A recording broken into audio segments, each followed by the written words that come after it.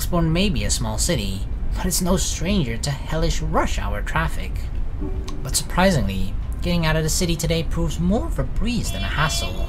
A relief, considering how none of the calls to Isabella have made it through. Either the reception's really bad over there, or she's ignoring them on purpose. Both does nothing to ease the disquiet in me. The rest of my drive passes without much incident as soon as I'm out of the busy streets. In less than 30 minutes, the mansion looms ahead of me. For all the fuss Isabella made about the house, it remains a thing of beauty. Unlike Luxbourne, the estate and the nearby Anselm village stand as its complete opposite. Living and breathing the song of the old, whispers of a once booming haven lingering in the air. Contemporary conveniences aside, it's a place I'm glad modernization hasn't wholly touched. It's just a shame the locals know more of the silly hearsay than the history itself. If I could only knock some sense into these people! Go ahead, knock some sense into them. Sadly, complaining is all I can afford to do. As much as I want to give them a piece of my mind, it isn't why I'm here. I don't think these rich types will appreciate getting a lecture from me either. I have as much business with them as they have with me. Zero, nothing. With a heavy sigh, I give myself one last second to take in the scenery before heading up the main entrance. She's entered the building. Most of the guests are already heading out, though some still linger. It's mainly just to take photos of the house facade or its various rooms. I pause for a moment, scanning the small crowd gathered at the foyer, looking for any sign of that familiar ponytail amongst the sea of hats and heads. No sign of her.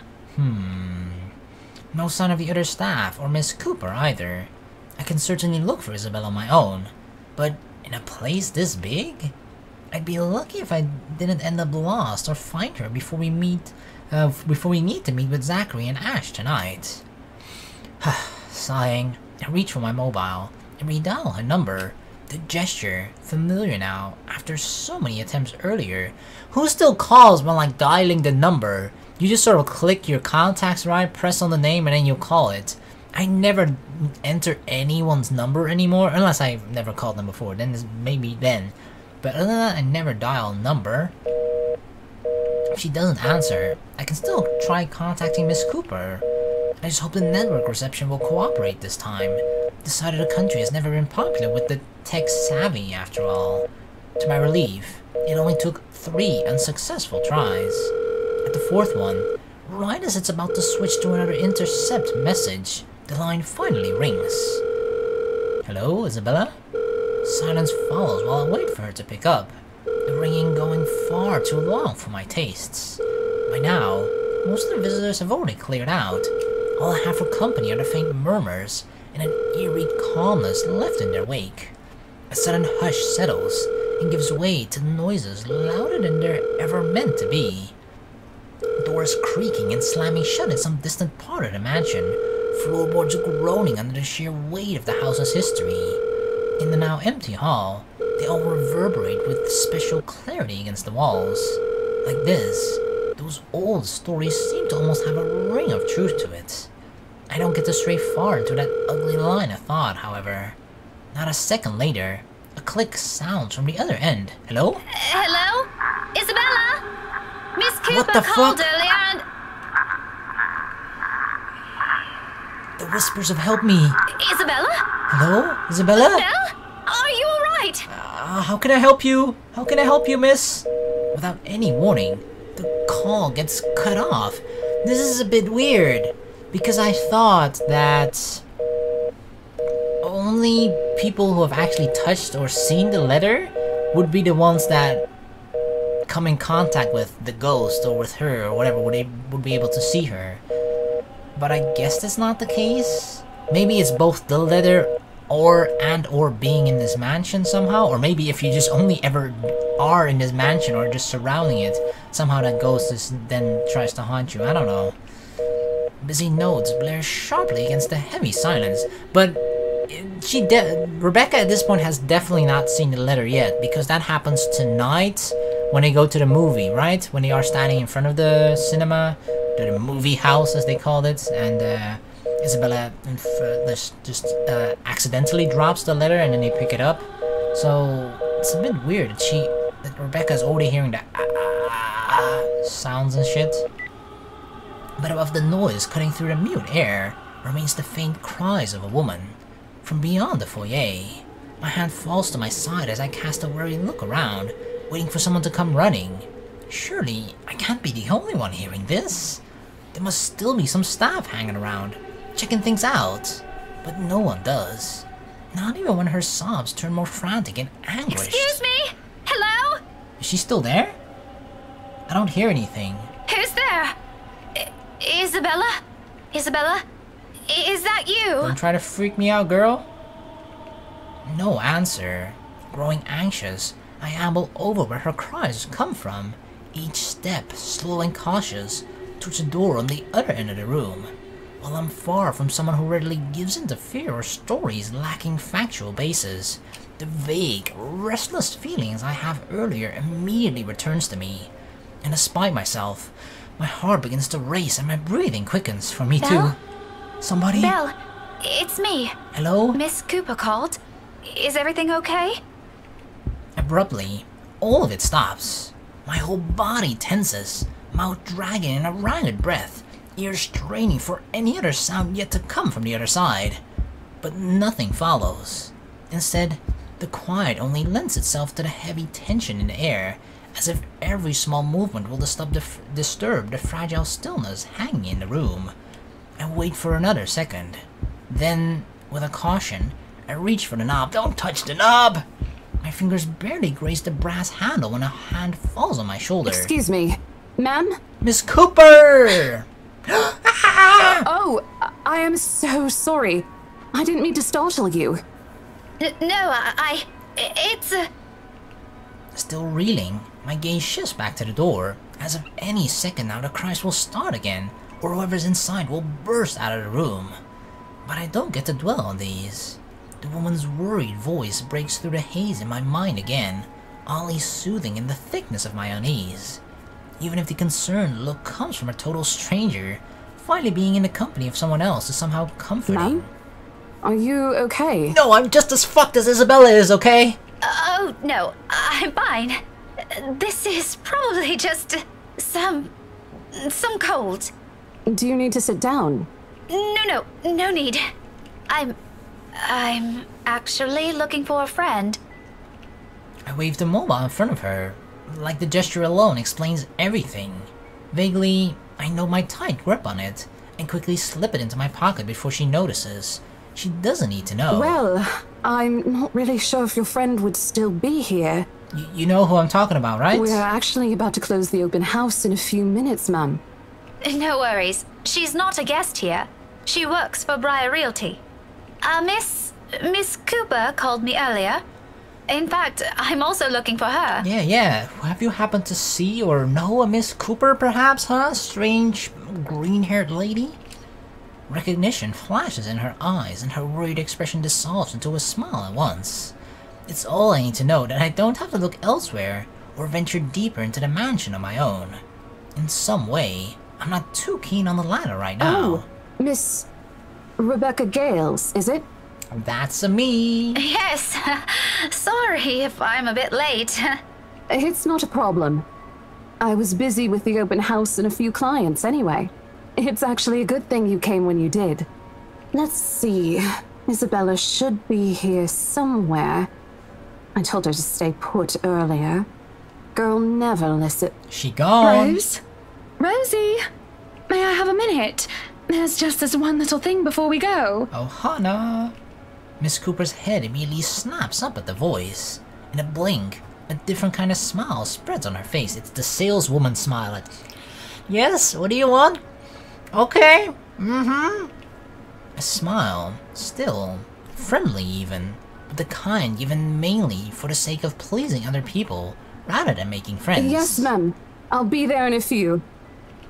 It's an impressive thing, to say the least. It's just a skill that you have to learn once you're a salesperson, right? You just have to fake that smile like,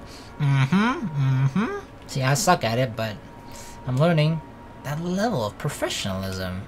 I suppose working years in this kind of business trains you enough to be able to pull that off without batting an eye. It certainly didn't seem to have rubbed off on Isabella, though. Sorry, could you give me a second? I have to take care of this. Don't worry about it. I understand. I can wait a few more minutes. Yeah, it's not like I'm scared here on my own or something. Clients, right? You won't hear anything from me. Priorities, you know? But if you want, you can stay at the parlor in the meantime. I think we have a few refreshments left. I don't want to be alone inside. No, thank you. I'm going out with a few friends after this. Isabella's supposed to join us too. But that depends on how she's doing, of course. Alright, this won't be long, I promise. She throws me an apologetic look before sauntering over the small group gathered at the entrance. A couple? Or siblings? Oh god, them siblings? Please don't give me fucking Game of Thrones vibes right now. It kinda does give me that though. A little bit now that I think about it. Oh fuck. And another woman. Probably their secretary. Either way, they look no different from the other guests. All three of them primly dressed, albeit in a manner significantly simpler than the others. No frills, no extravagance of any form, but their gestures and movements alone speak volumes of their ingrained lifestyle. In their presence, I do what I can to appear inconspicuous on my side of the foyer. Maybe accepting Miss Cooper's offer would have been a much better choice than standing around awkwardly and gaping at them. What? Did I didn't notice this before, but again, look at this dark fucking cloud or aura surrounding Luke. The fuck does that mean? This is now the second time that we've seen it. All while also attempting my best not to listen in their conversation. Although, that one proves more difficult with how enthusiastic the blonde woman is. Her voice easily echoes through the walls with only the five of us here. Pretty soon, I find myself being drawn into their talk without meaning to. Tomorrow? First thing in the morning? First thing in the morning, ma'am. That fake smile still. The mundane talk isn't what catches my attention, however. Very well. We'll have our lawyers prepare everything as soon as possible. Let's make this whole thing easier for everyone, shall we? Just let me know if there's anything you need from me. You know how to contact me, yes? Got your mobile number saved here already. Good. It's just a matter of time then. It's a brief moment. A fleeting shift of my Monday eye. for us, Marianne. As long as you're positive, we won't be having any problems by that time. You can count on my team. You worry too much. Let me handle those things. Do be thrilled, though. I imagine it's not every day you get projects like this, And the instant I turn my gaze on him, I see it. Oh, I'm certain Mint's ecstatic, Buttercup. He said mint, but yeah, is she seeing that dark cloud surrounding him too? Aren't you, Marianne? You know, we could all celebrate this with a few drinks. Why don't we? What, you want it to turn into a fucking threesome, huh, Luke? In fact, there's this really excellent Irish pub I visited a few days ago. Is he really saying this shit right now? It's like he's trying to rub it into Marianne's face, like, yeah, because, you know, obviously she knows, but she's testing, she's kind of like provoking her, but she obviously doesn't want to react because she wants to keep this all professional. What an asshole. Hovering over his shoulders, drawn to him like a moth to a flame, a dark blur. No, a shadow. I think I'll pass on that, sir. I have more important matters to attend to. Nada, love, she's busy. What a shame. What's going on? You never let me do anything fun. But as I tried to make sense of it, a heavy feeling descends on my whole body. What? It's like we suddenly got put into a bubble or something. It happens without warning, forcing me to close my eyes. Oh god, under the black screen. The sensation creeps to every part of me, crawling under my skin and draining me little by little of any strength. And before I know it, my hand is gripping the nearby door for support. The sudden nausea drowns out their voices and what little sound there is, all except for the whispers and laughters. Judging, mocking, taunting, muffled, inaudible words bearing down on me like a death sentence. They wrap around my neck and limbs, binds tightening with every syllable, every utterance. And with each draw of breath I take, they drag me down slowly, almost painfully, into a bottomless abyss. On, and on, and on, till the sounds turn into mere distant echoes. Until suddenly, it shatters. Well, what are we waiting for? Are we done here? The hell was that? What? His voice rips through the fog like a sharp blade, and my eyes snap open. When I look at them again, it's gone. The shadow is gone. You can head back to the car first if you want, Luke. I hope that settles everything, Rose. I don't know what Isabel's problem is, but please make sure she doesn't hurt herself. Anyway, we're looking forward to seeing you tomorrow. Likewise, ma'am. No shadows or dark clouds. Only amicable smiles and cordial handshakes. The usual pleasantries, as Miss Cooper leads them out of the mansion like a graceful host. None of the group seems to have noticed it. And even as I force my breathing to calm down, keep my eyes trained on their backs, and wait for something to happen, it doesn't come back. She returns a moment later. Gently, she closes the great door behind her, but there's a smile on her lips and an extra skip in her step when she walks back to me, cause she fucking secured a sale, that's why, cha-ching. Little does she know she's gonna die later though. Whatever she was discussing with the group had put her in a good mood. Even she appears to have not observed anything odd. Hell, if I knew those people were gonna pay me like thousands, if not like hundreds of thousands of dollars, right? I wouldn't give a shit if he had a pink cloud surrounding him, okay? Was I just seeing things? Glad that was over. It's been a long day. I thought for sure we're going to... hey, are you sure you're doing okay?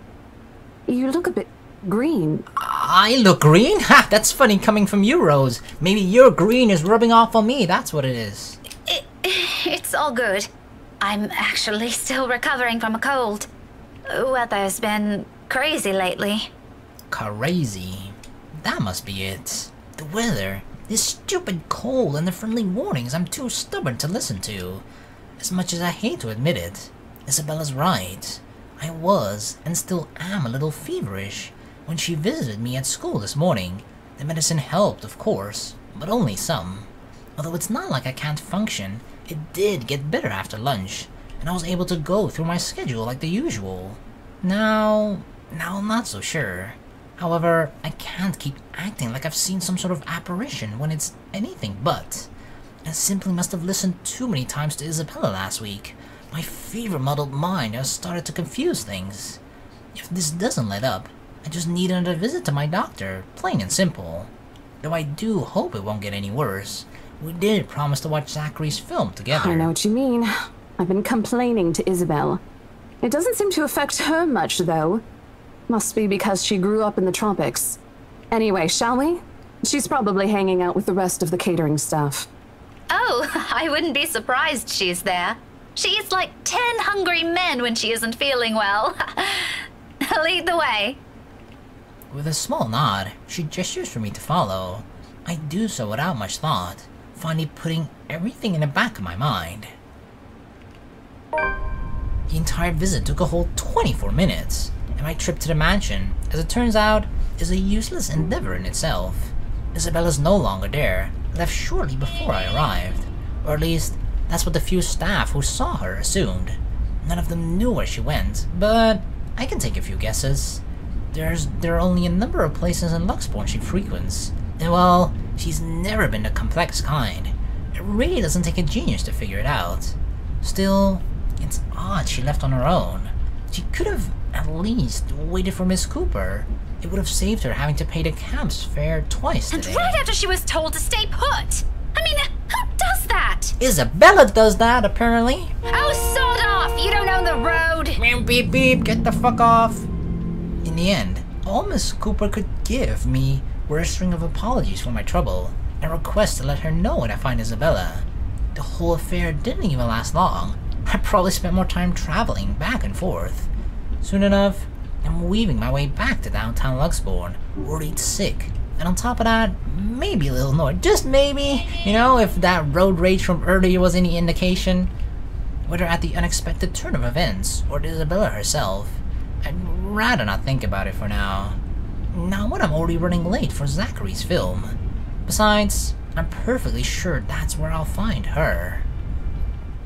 There it is. As one would expect, people are already gathered at the movie house when I get to it. The small avenue where it's located has been closed off early for any passing traffic, to make way for the avid moviegoers who are sure to crowd the venue. I have to park almost a street away and walk the remaining distance because of it. Looking for them has taken a while in a crowd this big, but I eventually spot them near the entrance. Hey guys! Thanks to Zachary, mostly. And like I've surmised, Isabella's with them. I knew it. Ah, the bitch. Wasting no time, I march over their little group. Words filled with concern tumble out of my mouth before I can stop myself. Isabella!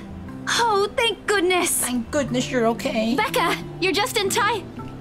An odd expression crosses her face as I hold it with both hands, but I ignore it in favor of getting a good look at her, forcing her to keep still and fix her gaze at me. Becca, you're squishing my face. Look me in the eye, Isabella, and tell me you're okay. Tell me!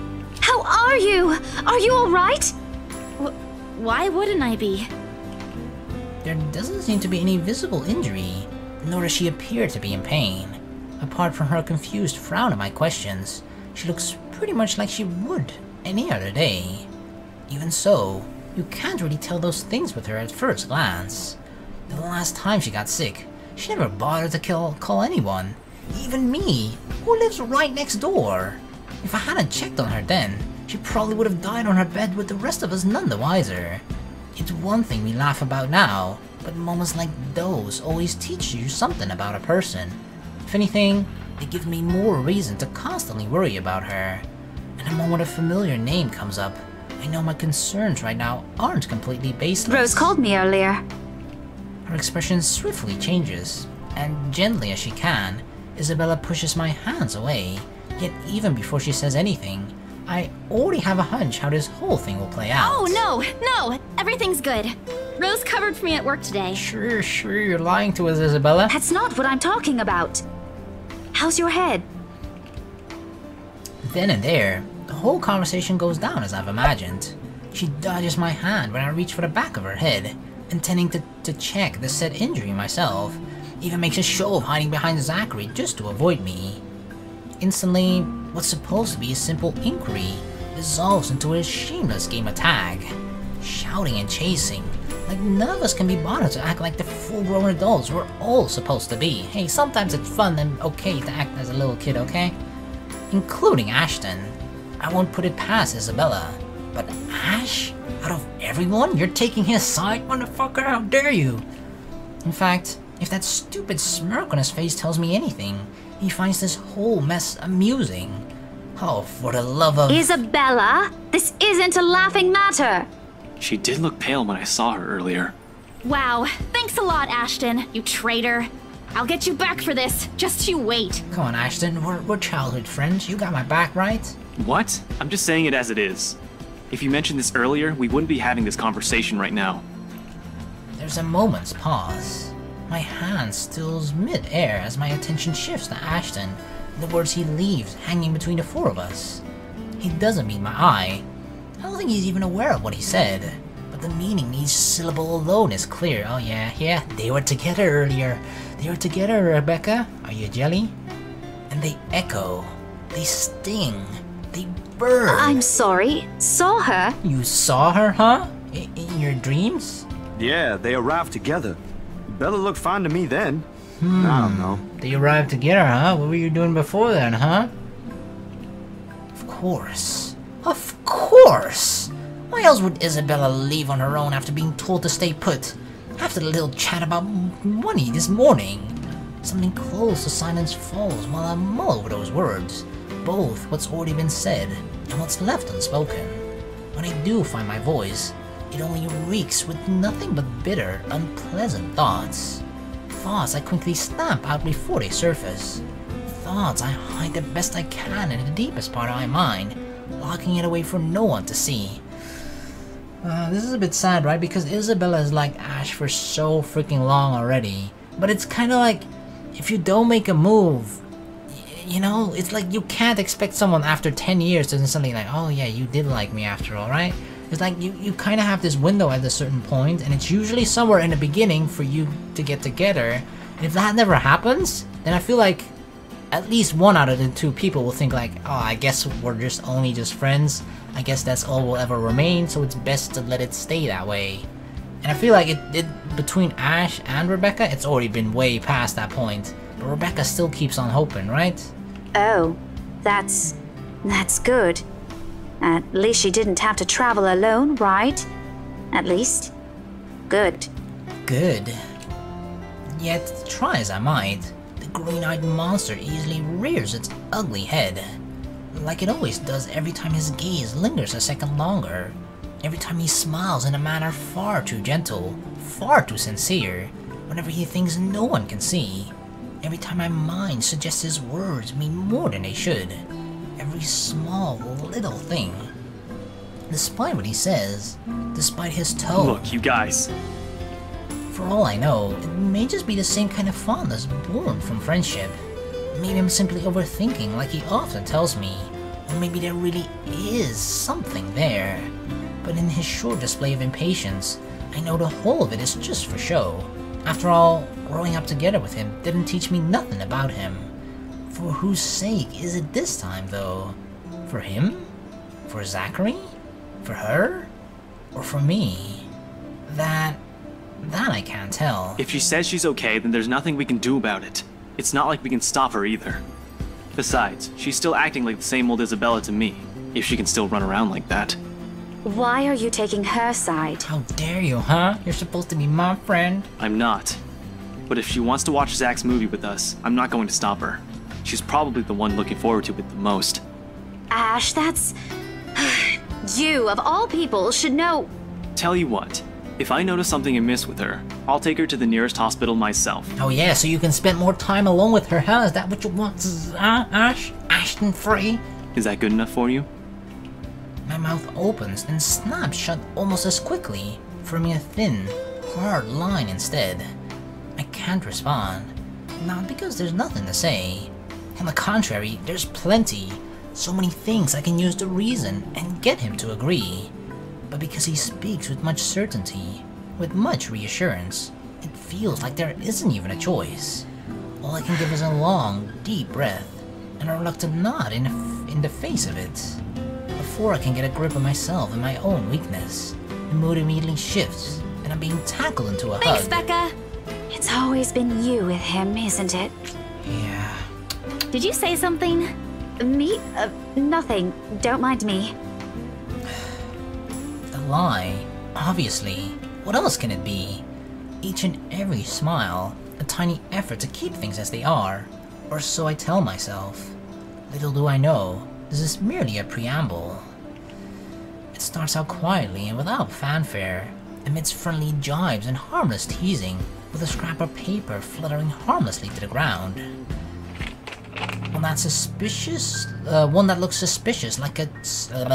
One that looks suspiciously like a cheap Halloween prank, no matter how you look at it. Uh-oh, we're seeing it now.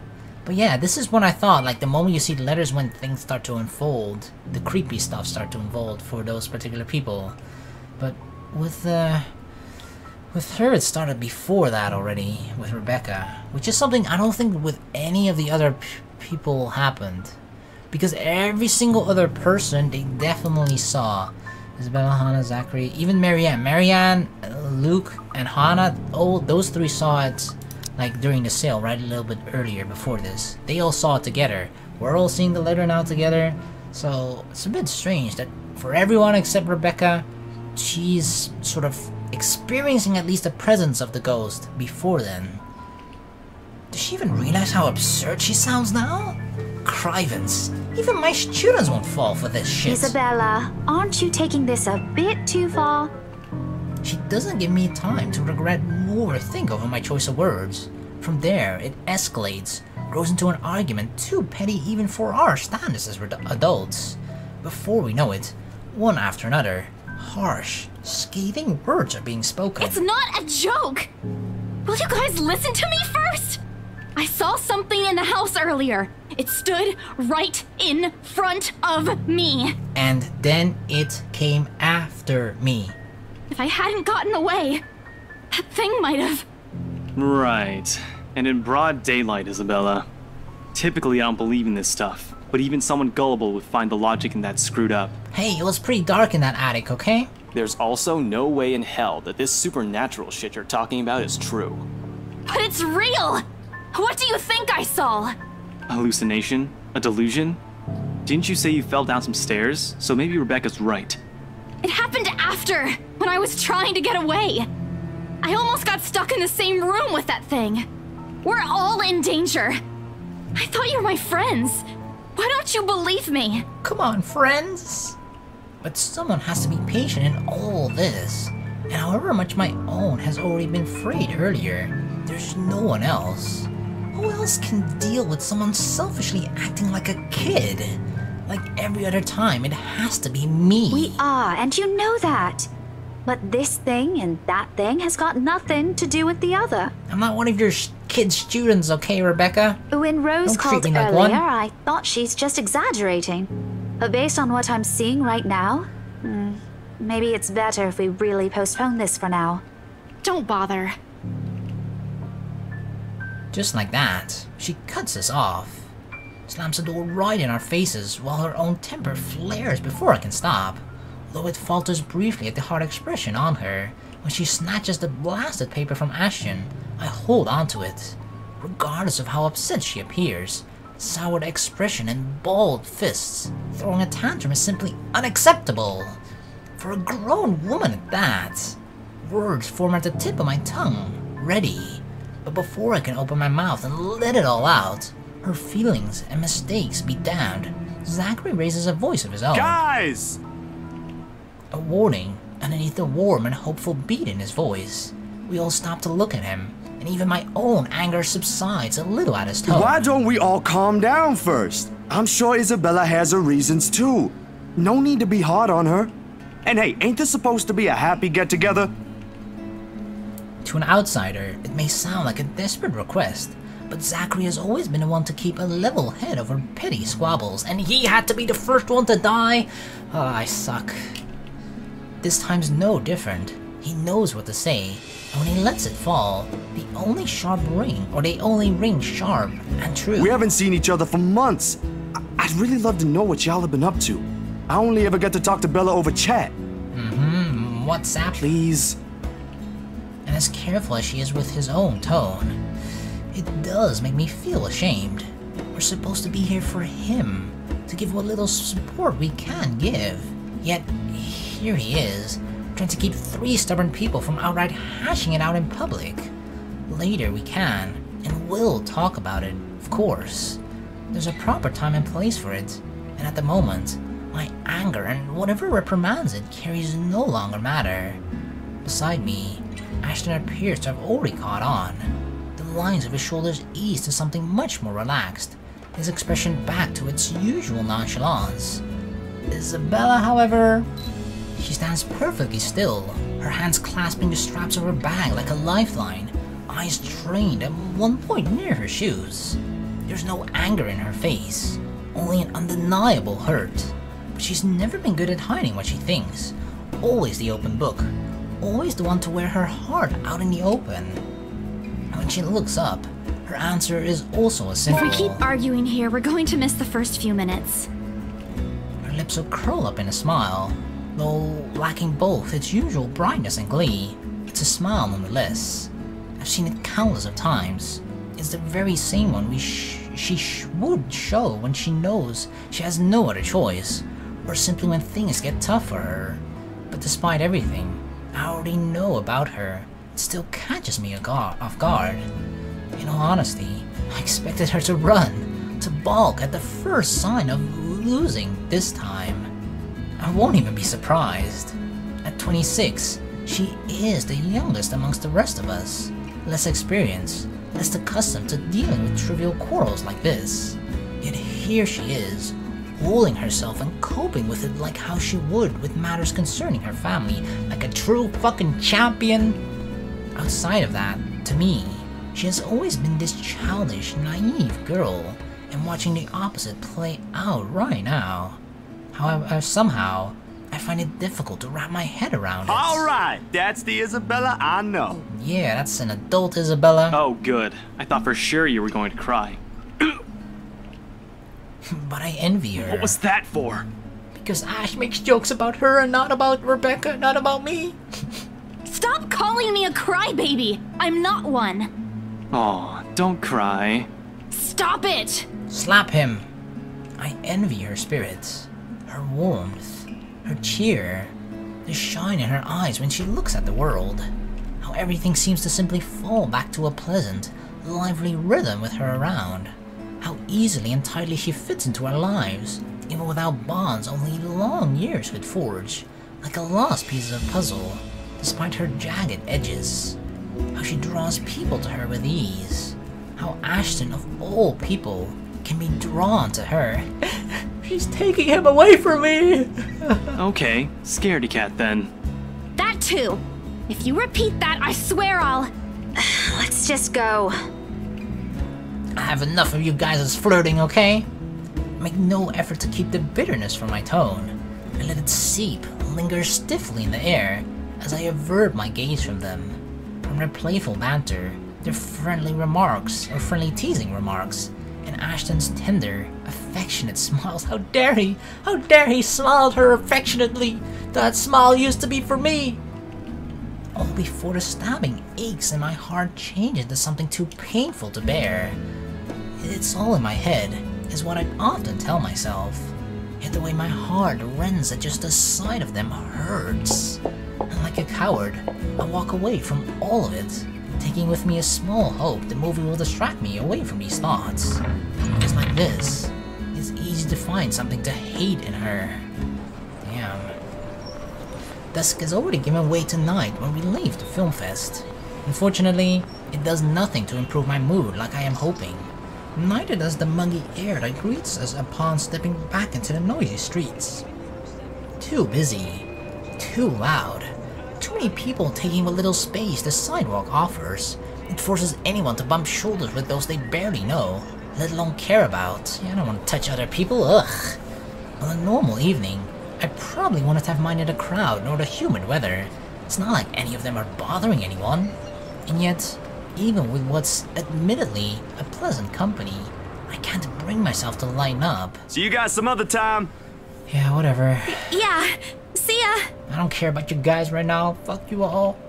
Not even to return the smiles Ashton and Zachary gives us when we go our separate ways. Perhaps this started with Miss Cooper's call or earlier than that. Maybe even the moment I left bed this morning. Bloody hell. It could have been because of that sodding letter, for all I know. I couldn't care less at this point. All I want to do is get to a warm bath, sleep, and wait for this dreadful day to end.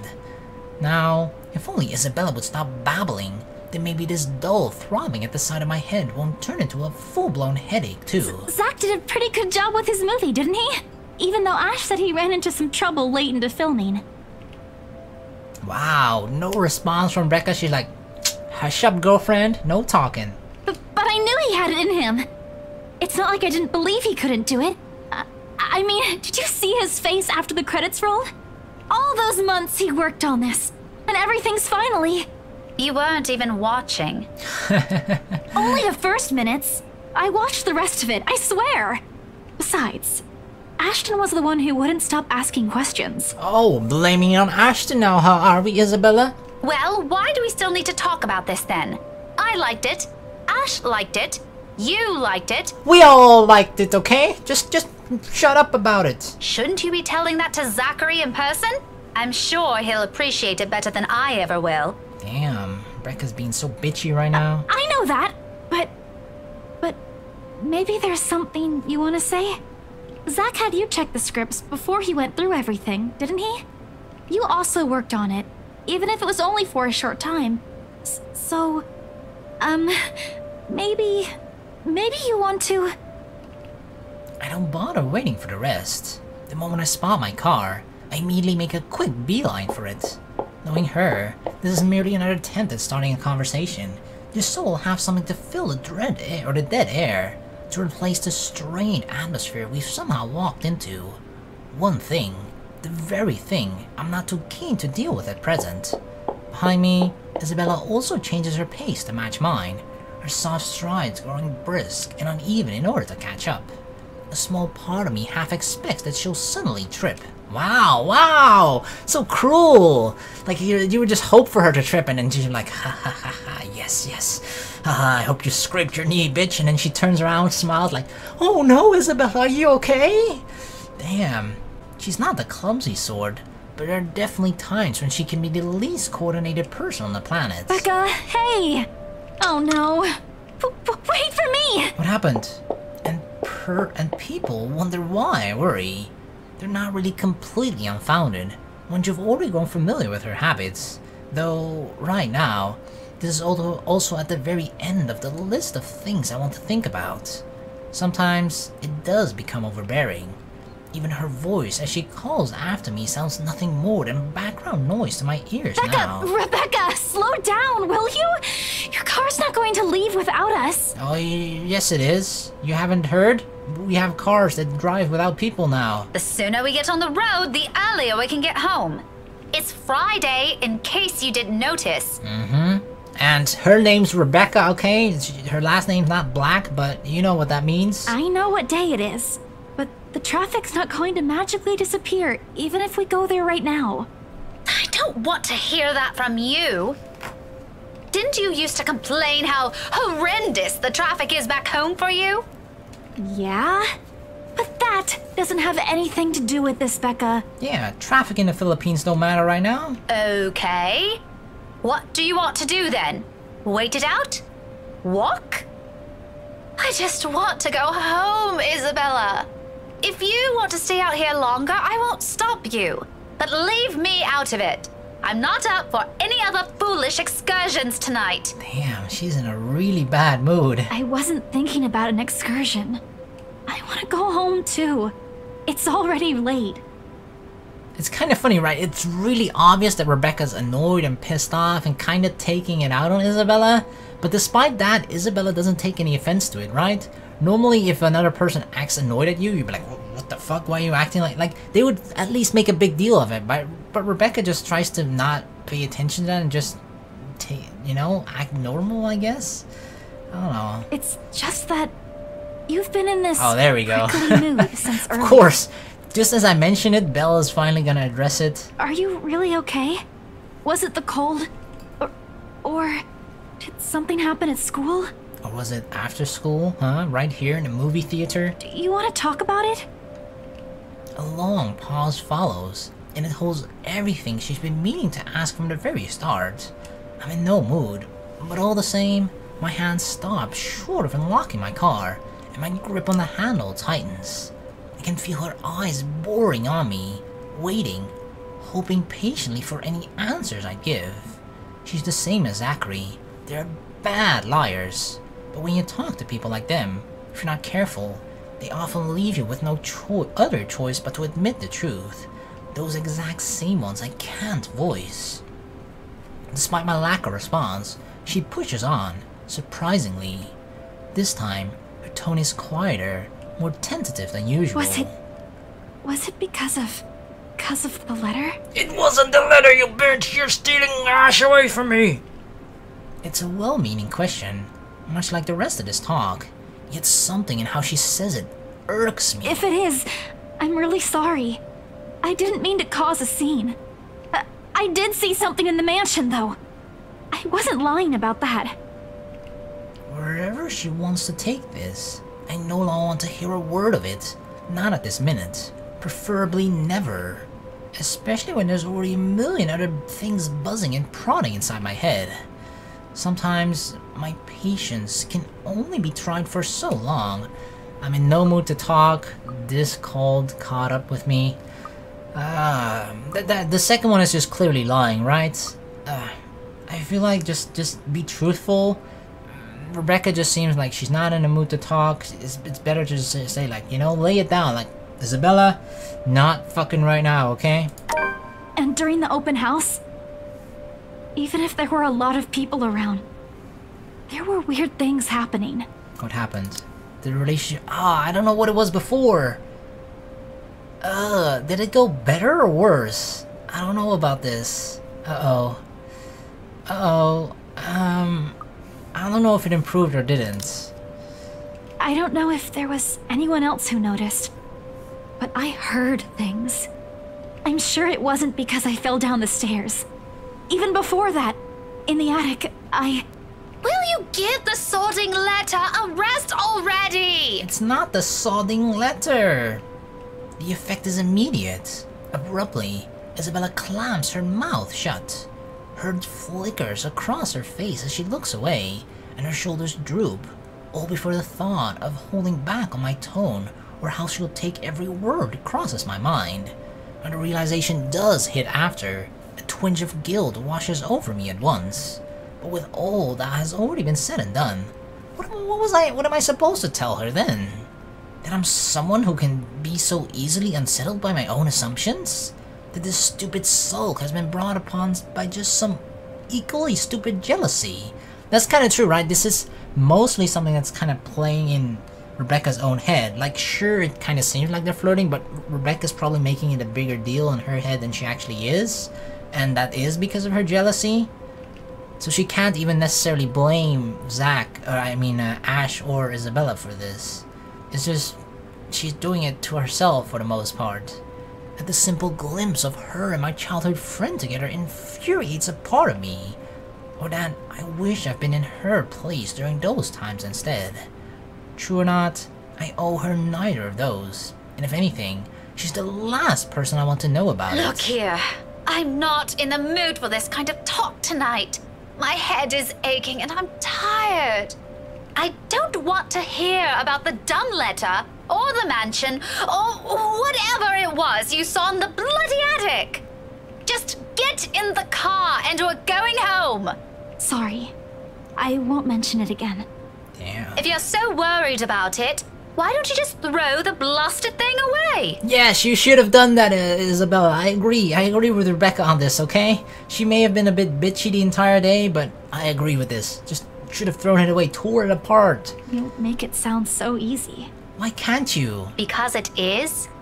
Here, hand it over, and I'll do it for you.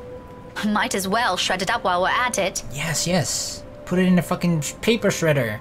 I hold a hand out to her, do the gestures without any expectations. She's nothing if not stubborn. And it isn't surprising when she turns the offer down with a swat of her hand. Rebecca, just leave it alone, okay? I get it. You don't want anything to do with it. Good. I hope that settles it. Yeah, just forget I mentioned anything. Poor girl. I'll figure it out myself. Aww. That makes me stop again. This time, I turn to look at her, searching her face for an explanation. But all she offers me is a sidelong glance and another one of those pained looks before climbing on the passenger seat and closing the door behind her. Somehow, even with the steady din of traffic around us, the sound of that feels heavier, weighted with everything we refuse to utter tonight. This is what I want, isn't it? It certainly doesn't feel like it. Thankfully, if there's anything left to be spoken between us after, we won't have to discuss it on the way home. Or rather, we can't. Because no sooner than we hit the road, Isabella dozes off. Despite my foul mood, I still end up suppressing a laughter once the first sounds of her breathing fill the car. Mama? She's dreaming about Mama? Not your mom, Isabella. Slow and steady, the quiet rhythm so completely unlike her, so far removed from every impression anyone has of her. A few faint whimpers will occasionally come from her, but otherwise, it's just us, this silence, and it's so utterly unexpected. Still a welcome break, of course. Peace and quiet is one thing you'll rarely get with her around. Yet, it's nowhere near comforting.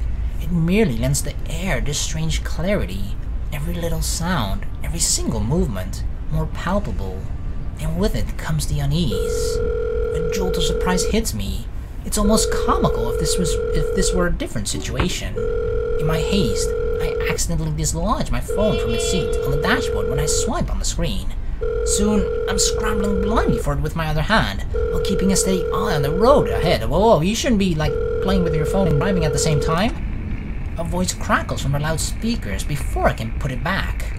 Although muffled heavily by the surface, I recognize the person on the other line from her chipper tone alone. Hello? Hey, Cooper! Rosie Rose! Miss Cooper? Oh, you're still awake. Evening. Yeah, sorry I didn't call you. I found Isabella, she's good. I hope I didn't disturb you or anything. I know it's a bit late. Sorry about that. I just want to check on you and Isabella. That girl's still not answering her mobile. Were you able to meet up with her? The sound's a little bit breaking up. Yes. She's with me. We're on our way home. Hello? What was that again? Oh god. I can't hear you properly. Wasn't the ghost there last time too when like there was phone interference? Sorry, let me just fix this dumb phone. What? My hand stopped dead for a moment. I spared the device a brief glance, waiting. Seconds pass. Hello? Nothing happens though. Frankly, I'm not sure what I'm expecting. The lines in my mouth forms into a frown regardless. Miss Cooper? Hello? Rebecca? Rose, I mean? Yes, still here. Here. Did you say something? No. Okay. Just that I didn't get the last part. What were you saying again? No, I thought you... Never mind. Must be the signal acting up. Can't even get decent reception in 2017. Coming in? What? Is everything all right over there? Certainly. Is something wrong? What wouldn't? Okay, you seem to be busy. Oh god. If this is a good time, I can just call you back some,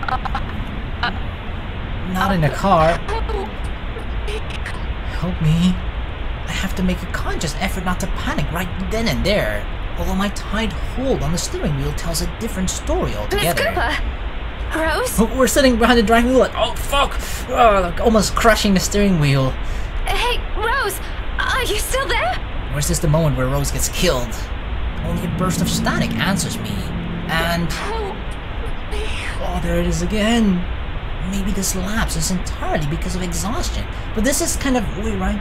The ghost immediately calls out for help. She's done this with other things, right? She's saying like when she appears and help me. But with Rebecca, that's the only thing she's ever said within now the 2 times that she's sort of talked with her over the phone, I guess. So, I don't know. I don't know if that means anything. It's just something I noticed. Like with other people, she doesn't say anything sometimes. Sometimes she calls help me, but here it's constantly with Rebecca. It has been a long day, and I haven't fully recovered from last week's bout of flu, contrary to what I've been telling people. Though, perhaps, had I paid closer attention to it, had I not been so occupied with other thoughts, I probably would have noticed earlier that it never came from my phone, but from somewhere right behind me. Oh no! Oh fuck! Why is she here? Why the fuck is she in our... I'm fucking driving, okay? I can't... I'm gonna kill us both if you keep appearing like this, although this doesn't fucking matter because she's already dead. Time slows to a crawl. Looking up is a mistake. She kind of looks a little bit sad, right? Like, yeah, she's scary as fuck right now, but there's a sadness in her eyes, or her face. The first thing I see is a face. A ghastly shade, every inch battered, bruised, and bloodied. Even in the darkness, and a world passing by in a blur of lights outside, I can still make out the wounds. Blood still oozes from it, little trails of crimson running down its face, glistening under what little light there is. But it is the gleam in its eyes that catches mine. The quiet plea, the anguish, and the desperation in them, more than its hideous features, an awful stench of gore now soaking the air. And try as I might, I can't bring myself to look away. Isn't Isabella in the back there as well with her? Even as its lips contort into a horrific smile. Oh god, there's the freaky side of her. Even as this sharp, harsh noise pierces the air and the silence around us. Rebecca! What's happening? Car! Eyes on the road! My eyes are on the road! against everything I've been taught and I've constantly reminded myself. I close my eyes. What? She says eyes on the road and the first thing we do is close our eyes? No car, no accident, right?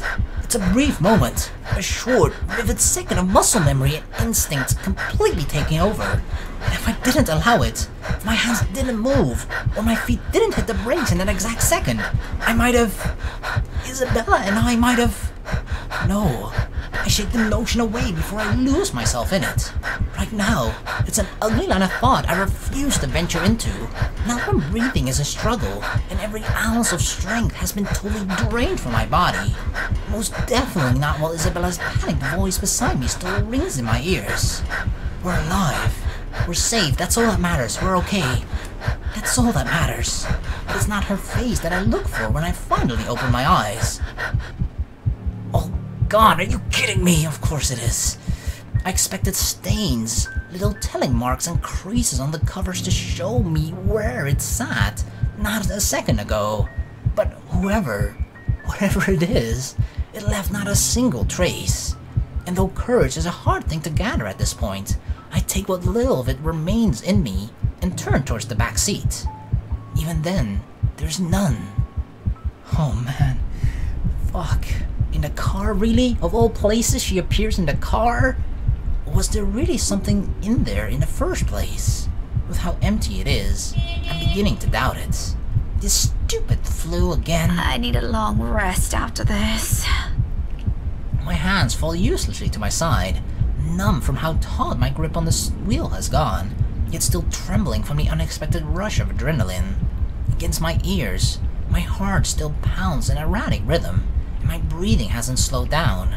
But the world has already righted itself without waiting for me, and little by little, second after second, as I sit here motionless, color begins to seep back around me. Along with it are the sounds and a voice, no longer the indistinct ringing it was earlier. Becca! Becca! Are you okay? Answer me, will you? You're scaring me! You know what? I think we should just call a taxi since... Can you keep it down? I'm okay. Strained, harsh, and completely unintentional, but with heat prickling at the back of my eyes and a mild throbbing at my temple, I could honestly do with a little silence for now. Keep it down? We almost crashed, Becca! Yeah. I know what happened. It was a lapse. I'm sorry. A lapse?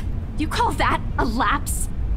Becca, I really don't want to end up a mangled mess on the side of the road, or a mangled mess anywhere. All I'm asking, if the time ever comes, which I hope isn't right now, is a peaceful death. Give that one to me at least. Not that I'm asking for it, but please. Isabella. Belle, you're overreacting. Peaceful. I just want a peaceful death. If you're so worried, why don't you drive? Don't have a license. I keep telling you to get one, didn't I? For the past 5 years. It's not that easy, okay? Do you see why now? I mean, it's easier in America, I think, but in Europe it's pretty hard. Or at least you have to go through a rigorous process of a lot of training, and yeah, you have to pay quite a bit for it as well. I wasn't really expecting to stay here this long. I thought it'd just be for a year or two. All of a sudden, a pensive mood comes over her. Isabella looks away then, while what's left of my little lecture never crosses the tip of my tongue. I don't allow it to, because in each of those words she let loose earlier is a small truth. Her stay has always been meant to be something fleeting. Earn some good money, go home. It's what she'd tell herself during the first year here. Now, half a decade later, I'm not sure if she still believes that. Even I'm not sure if I still believe it. If there's something in her reasons that has changed along the way. Even if I already have a hunch, it's one thing I'll never bother to ask. Those are hers to keep. I'll be careful this time, I promise. Just please. Can we give this whole thing a rest for now? Yes, can we just, move on to the next day? She nods, and that's the end of it. We spend the rest of the trip back to Salem well in silence. All thoughts of an overactive imagination playing tricks on a flu-addled mind, and of smiles never meant for my eyes, abandoned, if only for a brief moment.